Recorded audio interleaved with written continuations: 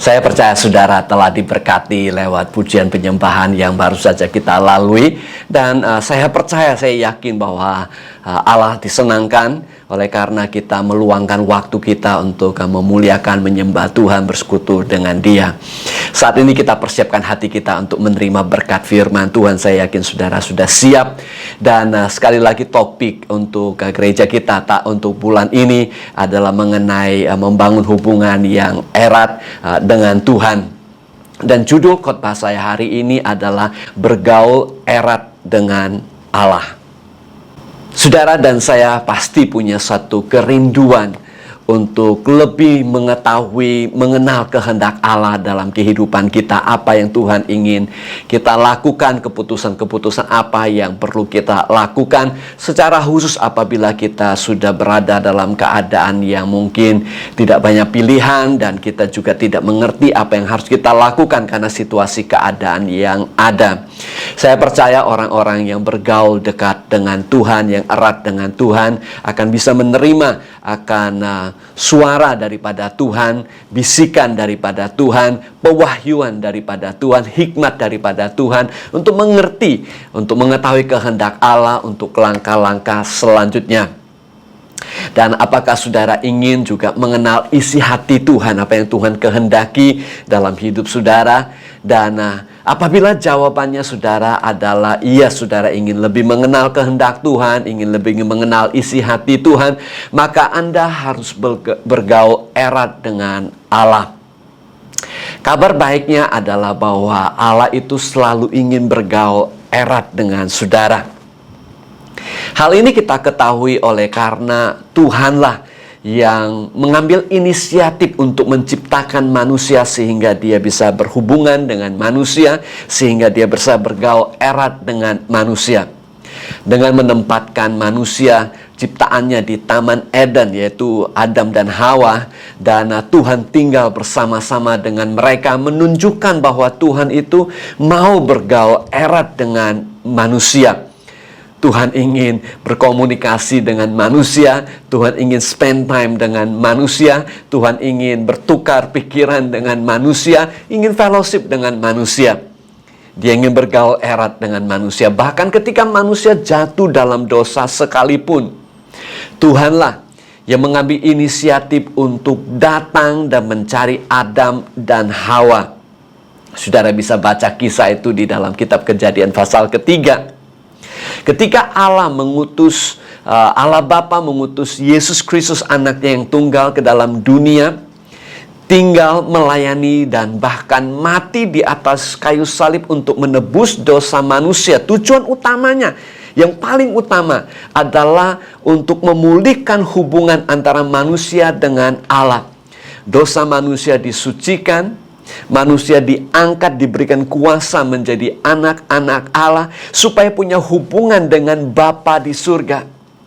Sekalipun saat ini Tuhan Yesus sudah naik ke surga, Bapa di surga mengutus Roh Kudus untuk tinggal di dalam kita. Berarti Allah sangat ingin bergaul erat dengan kita. Haleluya, puji Tuhan.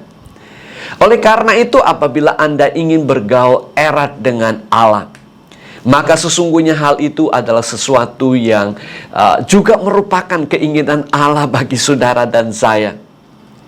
Saudara yang kekasih dalam Tuhan, Allah ingin bergaul erat dengan kita. Mengapa? Salah satu alasannya adalah karena Allah ingin mengimpartasikan sifat dan karakternya kepada kita, yaitu supaya saudara dan saya sebagai anak-anak Tuhan semakin serupa dengan Kristus. Alkitab memberitahukan kepada kita bahwa ada konsekuensi atas kehidupan manusia dengan siapa manusia itu bergaul. Salah satu contoh, Alkitab mengatakan demikian: siapa mengumpat membuka rahasia, sebab itu janganlah engkau bergaul dengan orang yang bocor mulut. Amsal 20 ayat 19. Nah saudara, apabila kita bergaul dengan seseorang, meluangkan waktu dengan seseorang dan kemudian pasti kita menceritakan akan keadaan hidup kita, mungkin juga apa yang kita impikan dan segalanya, bahkan mungkin rahasia dalam kehidupan kita ceritakan kepada orang di mana kita bergaul. Tetapi apabila orang itu adalah orang yang suka gosip, istilah Alkitab, bocor mulutnya yang tidak bisa menguasai bibir mulutnya, bukan karena bermaksud jahat juga, tetapi karena ingin mengungkapkan apa yang mereka ketahui. Maka apa yang kita ceritakan, cerita hidup Anda bisa diketahui banyak orang yang juga mungkin saudara tidak ingin diketahui orang lain selain kepada teman yang saudara sharing. Tetapi kalau andai kata orang itu, saudara bergaul dengan orang itu, meluangkan waktu bersama orang itu, maka apabila orang itu adalah orang yang tanda kutip bocor mulutnya, yang suka gosip, maka saudara bisa mengalami konsekuensi yang saudara tidak inginkan. Itulah sebabnya kita harus hati-hati, jangan bergaul dengan orang yang bocor mulutnya. Apabila seseorang bergaul erat dengan orang lain yang memiliki sifat dan karakter yang tidak baik, maka lama-lama orang itu akan meniru sifat dan karakter yang tidak baik itu. Itulah sebabnya Alkitab memberikan peringatan kepada kita agar berhati-hati dalam bergaul, dengan siapa kita bergaul. Coba perhatikan beberapa ayat Alkitab ini. Amsal pasal 22 ayat yang ke-24 berkata, "Jangan berteman dengan orang yang lekas gusar. Jangan bergaul dengan seorang pemarah." Mengapa, saudara? Alasannya sederhana sekali.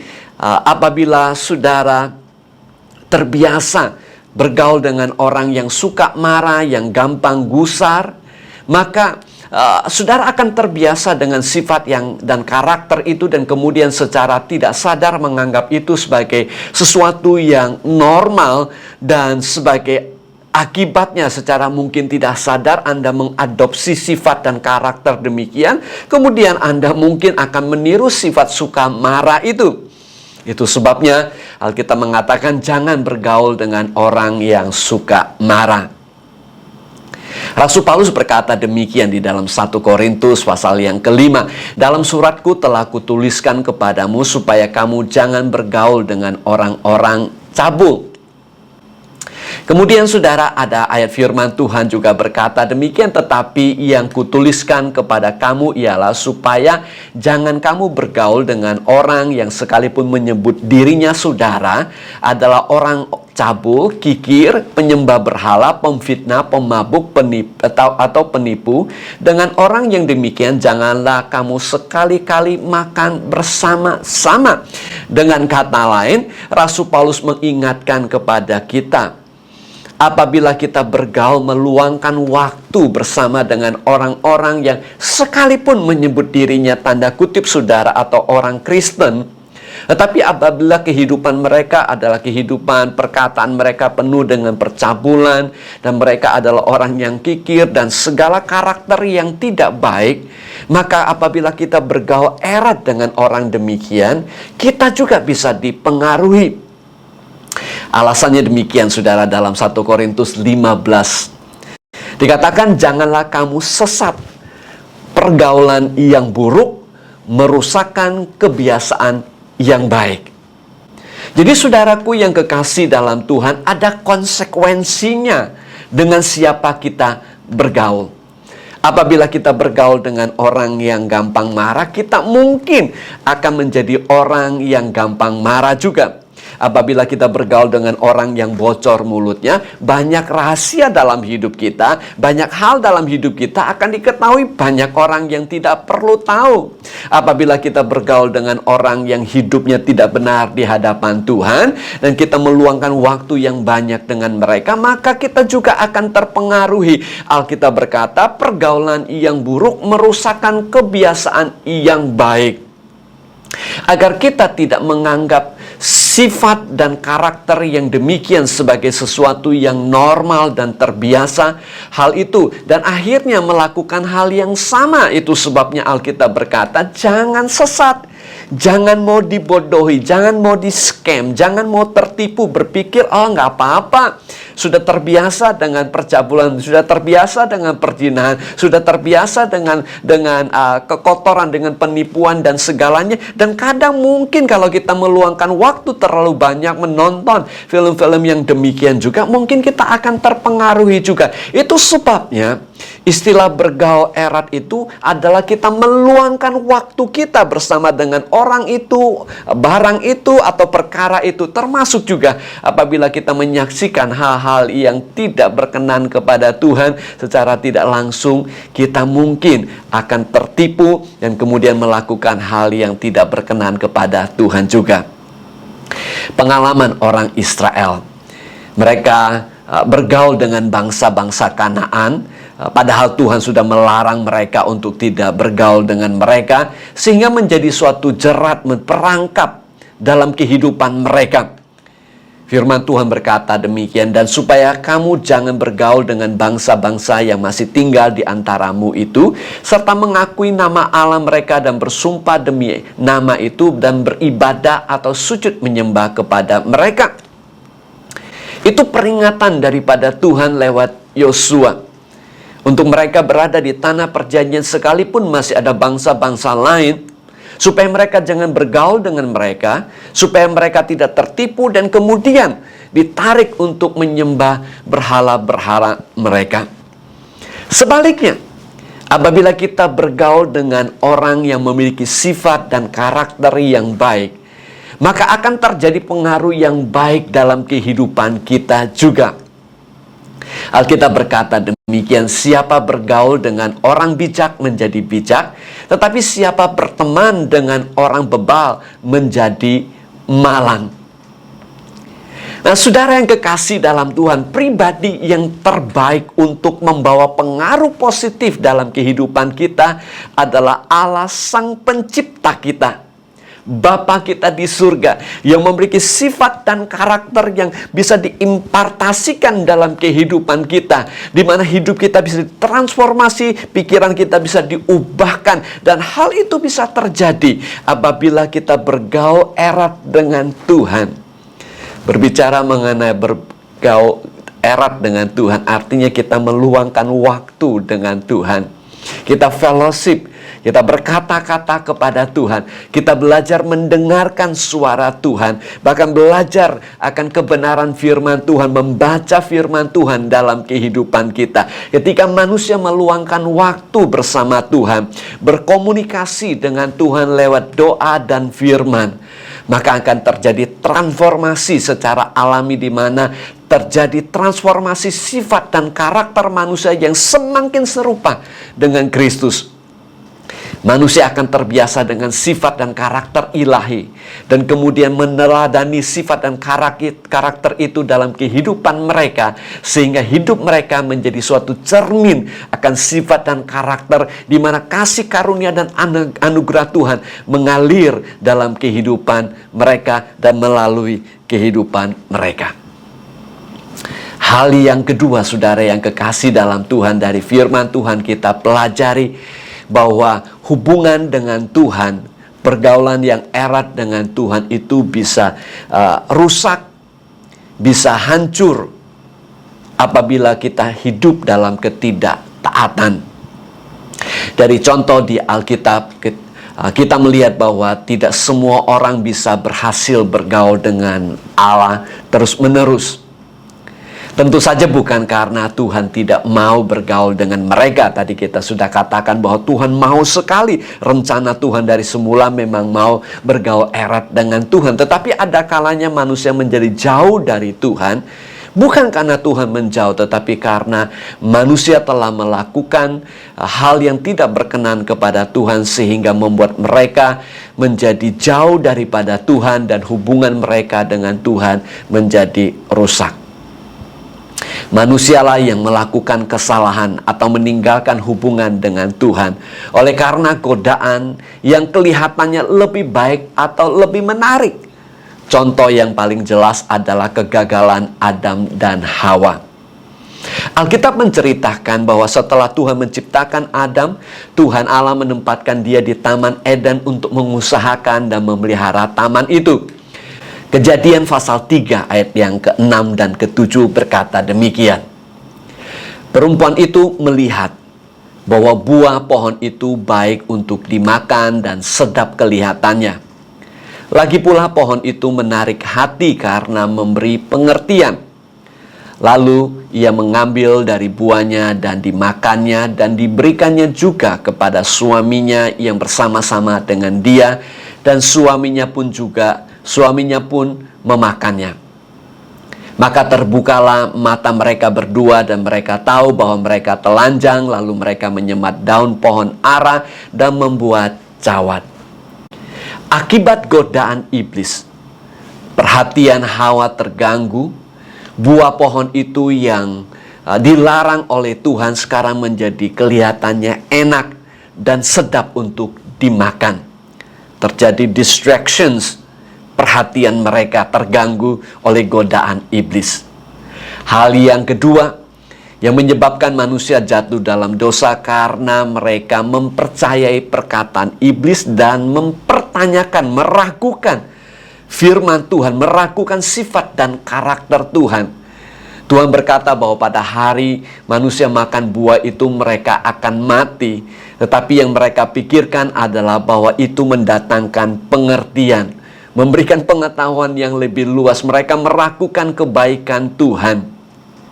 Kedua hal ini juga yang seringkali menyebabkan kerusakan hubungan antara kita dengan Tuhan. Dan sebagai akibatnya manusia merasa asing dengan Sang Pencipta, dengan Bapa di surga. Pada masa sekarang ini banyak sekali hal-hal yang kelihatannya baik, menarik, dan kelihatannya innocence, kelihatannya tidak bersalah. Tetapi telah menyebabkan perhatian kita terhadap apa yang penting dan esensial menjadi terganggu. Sehingga manusia tidak lagi meluangkan waktu bersama dengan Tuhan di dalam doa dan firman, padahal itu sesuatu yang esensial sekali. Kita lebih banyak memperhatikan hal-hal yang lain, berita di dalam dunia daripada firman Tuhan. Masa sekarang ini di mana aktivitas manusia sangat dibatasi oleh pembatasan sosial akibat COVID-19, semestinya membuat kita lebih banyak waktu kosong yang bisa kita pakai untuk bersekutu, bergaul dengan erat, membangun hubungan yang dekat dengan Tuhan kita. Tapi kenyataannya justru terbalik. Oleh karena begitu banyak hal-hal lain atau kekhawatiran yang menyita perhatian kita, sehingga kita terganggu perhatian kita dan kita melupakan apa yang esensial, apa yang benar, yaitu hubungan kita dengan Tuhan. Ada kalanya karena kesulitan, tantangan, dan penderitaan yang berkepanjangan di masa pandemik seperti ini, banyak orang juga mulai mempertanyakan, meragukan kebaikan Tuhan, mempertanyakan janji-janji firman Tuhan yang sesungguhnya. Mereka juga mempertanyakan apakah Tuhan masih mengasihi, apakah Tuhan baik dengan mereka, apakah Tuhan masih menyertai mereka. Padahal firman Tuhan dengan sangat jelas bahwa Tuhan Yesus berjanji untuk menyertai kita sampai selama-lamanya. Seperti Adam dan Hawa, mereka mungkin mempertanyakan mengapa Tuhan melarang mereka memakan buah yang kelihatannya menarik karena mendatangkan pengertian itu. Firman Tuhan berkata bahwa Allah turut bekerja dalam segala sesuatu untuk mendatangkan kebaikan, tetapi ada kalanya manusia mempertanyakan maksud dan rencana Allah dalam kehidupan mereka. Mereka bertanya-tanya, masih adakah masa depan bagi mereka? Saudara yang kekasih dalam Tuhan, ada masa depan yang cerah yang sedang menanti saudara dan saya. Yang percaya katakan amin. Demikian juga dengan gereja Tuhan yang kelihatannya begitu menderita, yang kelihatannya begitu rusak akibat pandemik ini. Orang tidak bisa kebaktian, tidak bisa fellowship. Mungkin kita bertanya, apakah masih ada harapan bagi gereja Tuhan? Jawabannya adalah iya, sebab Allah merencanakan masa depan yang penuh pengharapan dan Dia turut bekerja dalam segala sesuatu untuk mendatangkan kebaikan bagi kita yang mengasihi Dia, saudara dan saya. Firman Tuhan berkata bahwa Allah membuat segala sesuatu indah pada waktunya. Tetapi manusia bertanya-tanya dan mengeluh, mengapa begitu lama? Mengapa badai ini belum berlalu? Dan sebagai akibatnya manusia ada kalanya mengambil jalan pintas yang mengakibatkan rusaknya hubungan mereka dengan Allah Sang Pencipta Bapa di surga.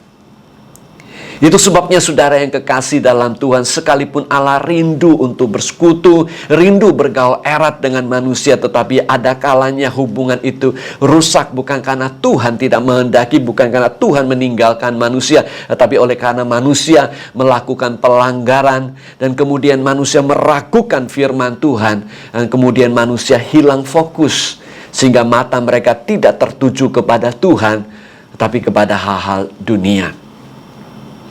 Yang menjadi pertanyaan bagi kita, masih adakah harapan untuk bergaul erat dengan Tuhan dalam keadaan situasi seperti ini? Adam dan Hawa tidak taat kepada Tuhan. Mereka jatuh dalam dosa, mereka melakukan pelanggaran, dan sebagai akibatnya mereka terusir dari Taman Eden. Mereka jauh dari hadirat Tuhan. Mereka malu sama Tuhan. Ini berarti hubungan mereka dengan Tuhan menjadi rusak.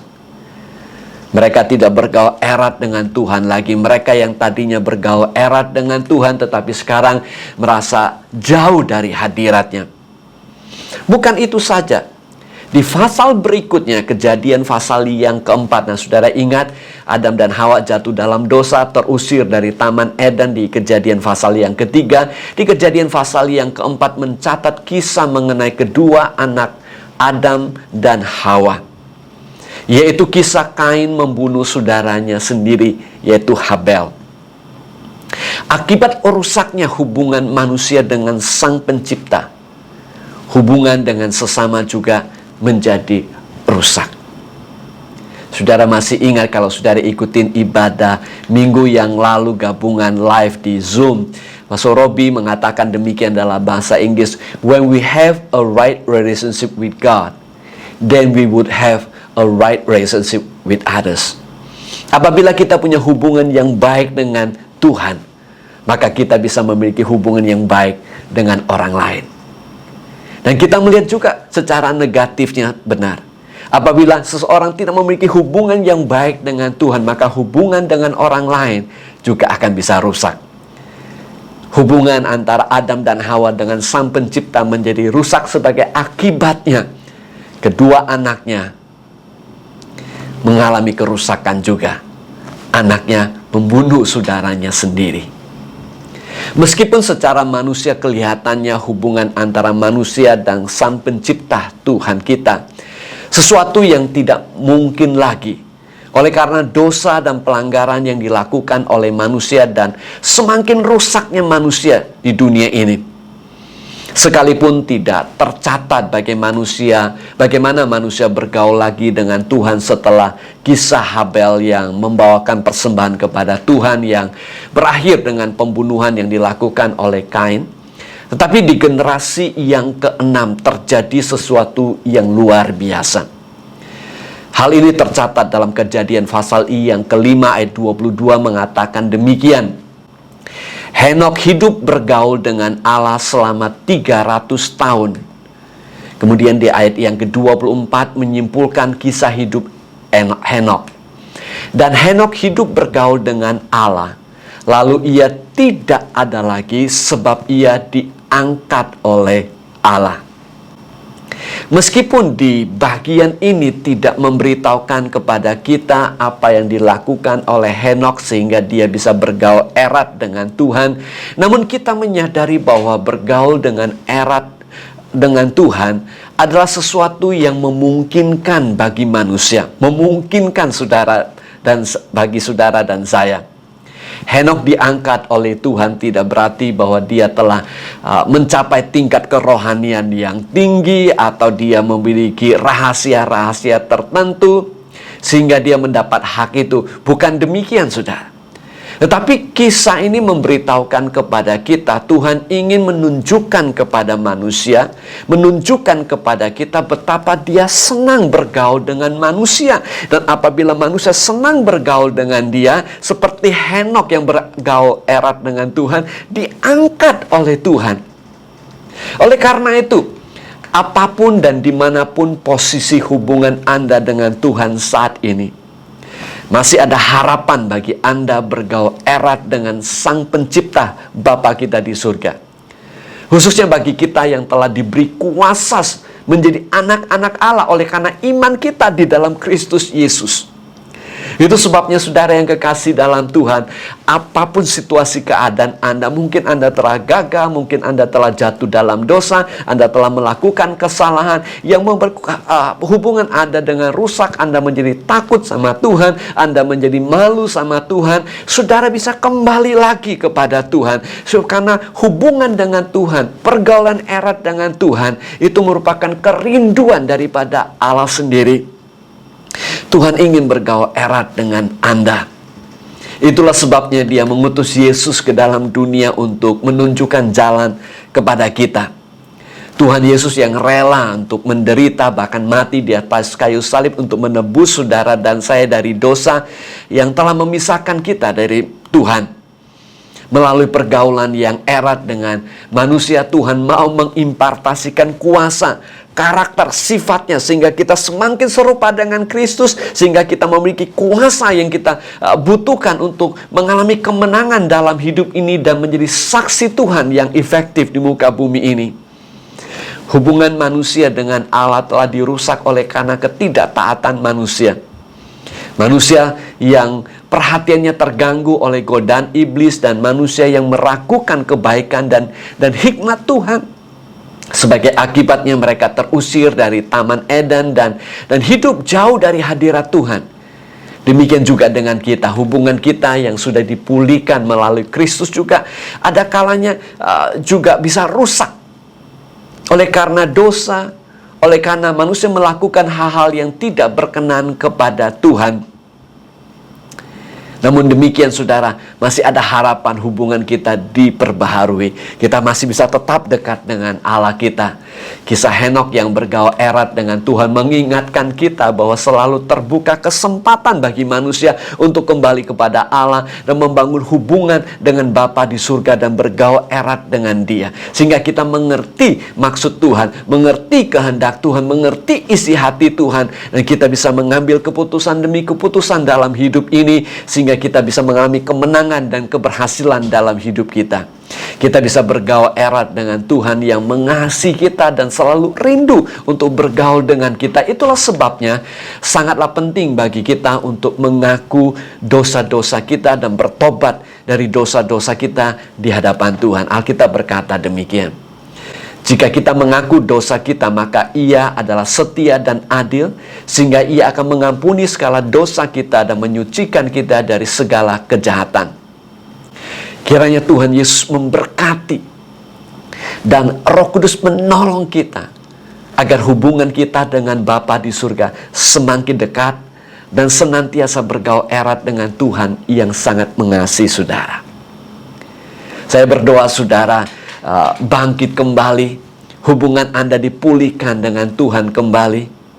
Hari ini apabila saudara sudah hidup jauh dari Tuhan, saudara mungkin melakukan kesalahan, dan kemudian saudara merasa bersalah dan tidak berani untuk berdoa datang kepada Tuhan kembali hari ini.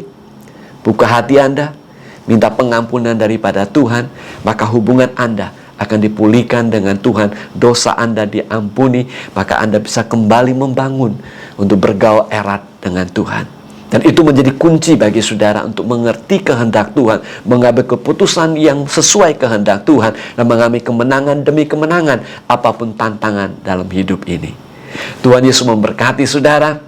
Apabila saudara rindu, jam 12 siang ini saudara bisa ikuti untuk ibadah live bahasa Inggris lewat Zoom. Mari saudara kita akhiri dengan doa bersama-sama. Bapa di dalam surga, terima kasih untuk renungan firman Tuhan ini, materaikan dalam kehidupan kami, dan biarlah boleh menghasilkan buah yang memuliakan nama Tuhan. Tuhan, jika ada di antara kami saat ini yang setelah mendengar firman Tuhan dan mau bertobat mengaku dosa mereka di hadapan Tuhan, Kau mengampuni dan memulihkan hubungan dengan mereka. Tolong kami Tuhan, supaya kami boleh semakin erat dengan Engkau, bersekutu dengan Engkau dalam doa dan firman.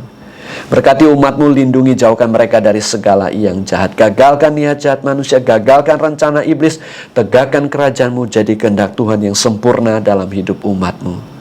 Umat yang dikasih Tuhan, angkat kedua tangan saudara, terimalah berkat dari Tuhan. Kasih dari Bapa Surgawi, karunia Tuhan Yesus Kristus, persekutuan penghiburan urapan Roh Kudus, menyertai setiap saudara mulai sekarang ini sampai selama-lamanya. Di dalam nama Tuhan Yesus Kristus yang percaya katakan, amin. Amin. Tuhan Yesus memberkati saudara. Selamat hari Minggu. Terima kasih untuk perhatian Anda. Sampai ketemu di kesempatan yang lain.